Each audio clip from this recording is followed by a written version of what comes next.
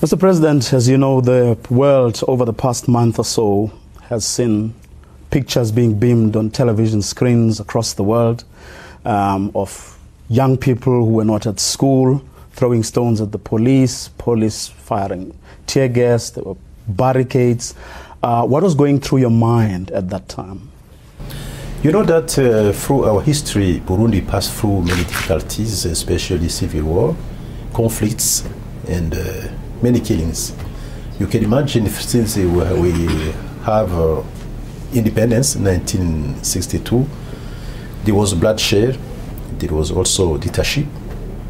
To 2005, it means that Burundi passed through those difficulties, and many of Burundians went in exile, and many of them have been killed. That's why even today we have set up the Truth and the Reconciliation Commission in order to see how we can reconcile Burundians people and to build our future, a bright future. So what you have seen a few weeks ago, it's not like what you have seen in the past, because in the past there were many killings, many people have been killed, many people went in exile. But today, even a small points here in Bujumbura, it was around 10% of the Bujumbura city where there are some small demonstrations. But today, those demonstrations are like finished. It means that we have succeeded to manage them, and there is no many problems about this. We have seen through the international media. But what is very important is that Burundi is a peaceful country. We have security. We are helping other countries, Somalia, Central Africa, Ivory Coast, and in the near future plan also to send one battalion in South Sudan. It means that we have peace and security, and we have succeeded to implement all ceasefire agreements and the Arusha Peace Accord. So today we are reaping together, Burundians, with our partners, the dividends of peace. From where you sit, though, what was responsible for what we saw, the violence that we saw? Normally, there is no responsibility from our side, because, you know, every political party has a right to organize itself for the elections. Yeah, opposition, the party also, there's the political parties which are on power. So when we are starting campaigning, there's sometimes people who want to see how we can access to the power with violence, or if they have not prepared the very serious elections, they can use also other ways to see how they can disturb the electoral process. What you have seen was only how to disturb the electoral process. But what is very important is also that the international community and all Burundians are together as one to organize successfully elections. So today, we are very happy to see that even the international community, the region, have also participated to see how we can support Burundi to organize successfully elections. Well, those who were protesting said they were protesting against your decision to stand for another term. It's not a matter of my decision. It's come from the political party. You know that according to the law establishing the political parties in Burundi, there is also, it's not only in Burundi, it's also in many countries, even in South Africa, in Tanzania, Uganda. When we are preparing elections, especially for the candidates for the presidential elections, you must respect the outcome of the Congress. That's why, from myself, I was not an independent candidate. I was also given by the political party, the CNDD-FDD. It means that there was organized a Congress, a National Congress, for choosing the candidate, and so this Congress have presented me as a presidential candidate for the upcoming elections. And from where you sit, you've done nothing wrong, you have not broken any law, it's all in terms of the constitution of Burundi. Even our political party, when they presented my candidate, they say if the candidate is in conformity with the constitution. That's why after my proposals to become the candidate for the presidential elections, the Senate went to ask to the Constitutional Court if the decision is in conformity with the Constitution, and after the Constitutional Court accepted that my candidate is in conformity with the Constitution.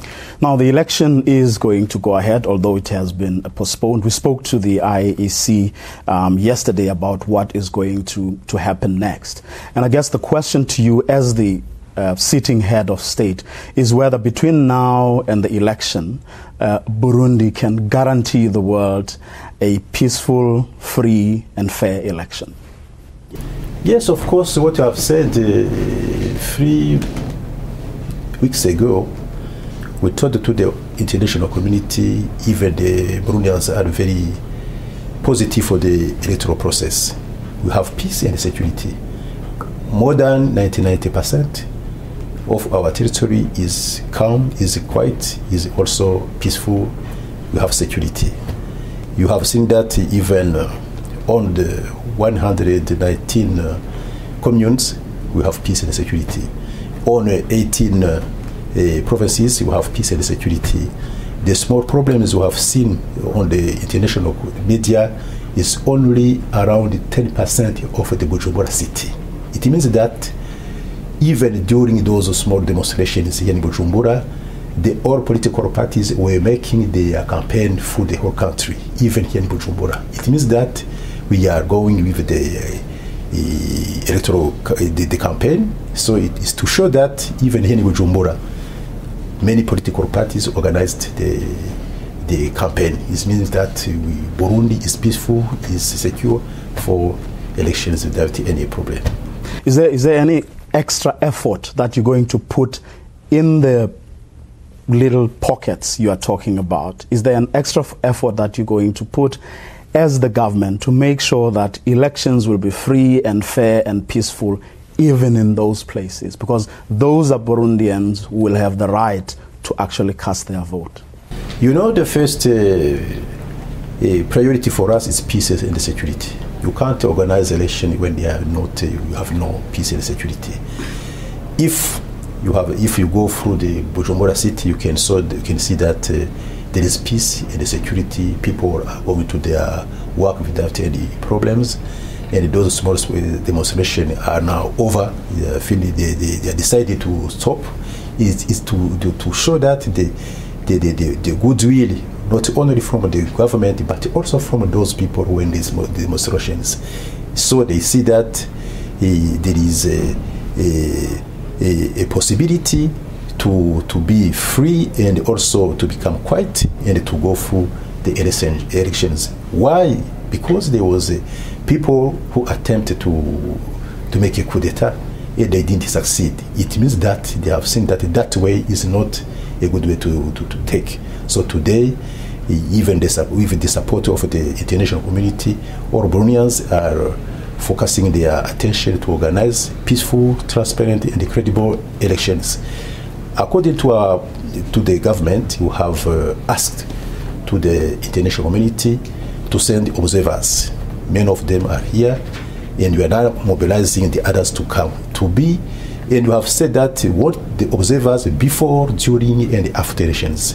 And I think that this is the first time in Africa to see a government which can call for the observers before, during, and after election. Is to show that we want to show to the international community, to the Burundian people that we want to organize peaceful, transparent, and credible elections. Well, speaking of the coup d'etat, are you going to reach out to those who attempted a coup, or do you feel they just need to be prosecuted?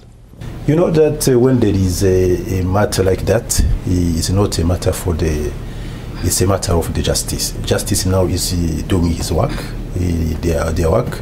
So I think that after the judgment, and according to the Constitution, there is no people who can interfere in the justice matters. That's why we must respect the procedure when they are finished their work.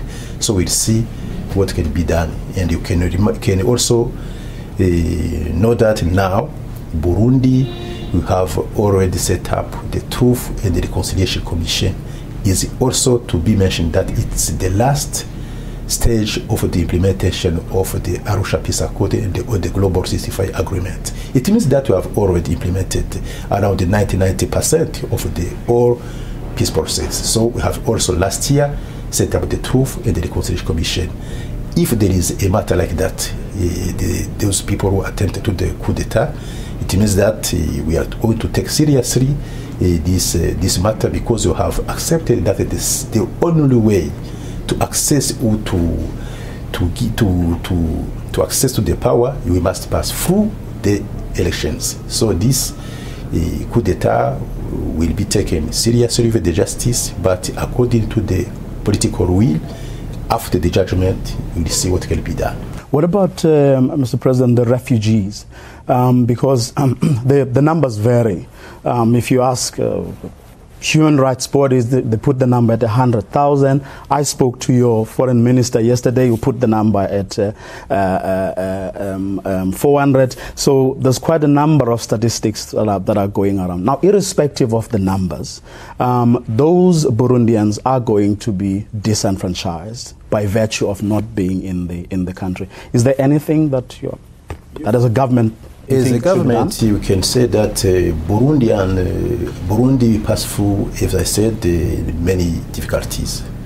We regret to see that in the past. We have seen around 1 million people went in exile in Tanzania during around more than 10 years. You can imagine some people went in exile since 1972. Around 500 people went in exile in the past day. Around 40 years in Tanzania. We take this opportunity to thank the Tanzania government, which last year took a decision to give citizenship to the Burundian people who were there during around 30 years. So you see how it is painful to see Burundians living in the foreign countries as refugees. But today, if you ask those our citizens who went free to Tanzania, to Rwanda, they are around 50,000 people. But today, 2 weeks ago, I visited some areas, provinces. I was myself receiving around. In the south, in Makamba province, I received myself around 15,000 people come back. And also in the north, in Kirundo, I received 5,000 people come from Rwanda. It's to show that even they went there, it's around 1 month only, and they return back. It's not like those people pass around 40 years in exile. So today there is a difference. There is a hope. They saw themselves that in Burundi we have peace and security. The people went in exile because those rumors through some radios, some others, but today they realize that those rumors were not true. That's why they are coming back as soon as possible, and we are calling them to come back to their country. Burundi is peaceful, and they want even all people who are in the exile to come and rebuild the country together as one. Well, speaking of radios and other forms of media, well, there are radio stations that cannot operate any longer. There are journalists who cannot work. What should be done in your view, especially in the run-up to the election, because those are critical components, of a free and fair election. People should be able to have conversations in the social media as well, which, as you know, at the moment, things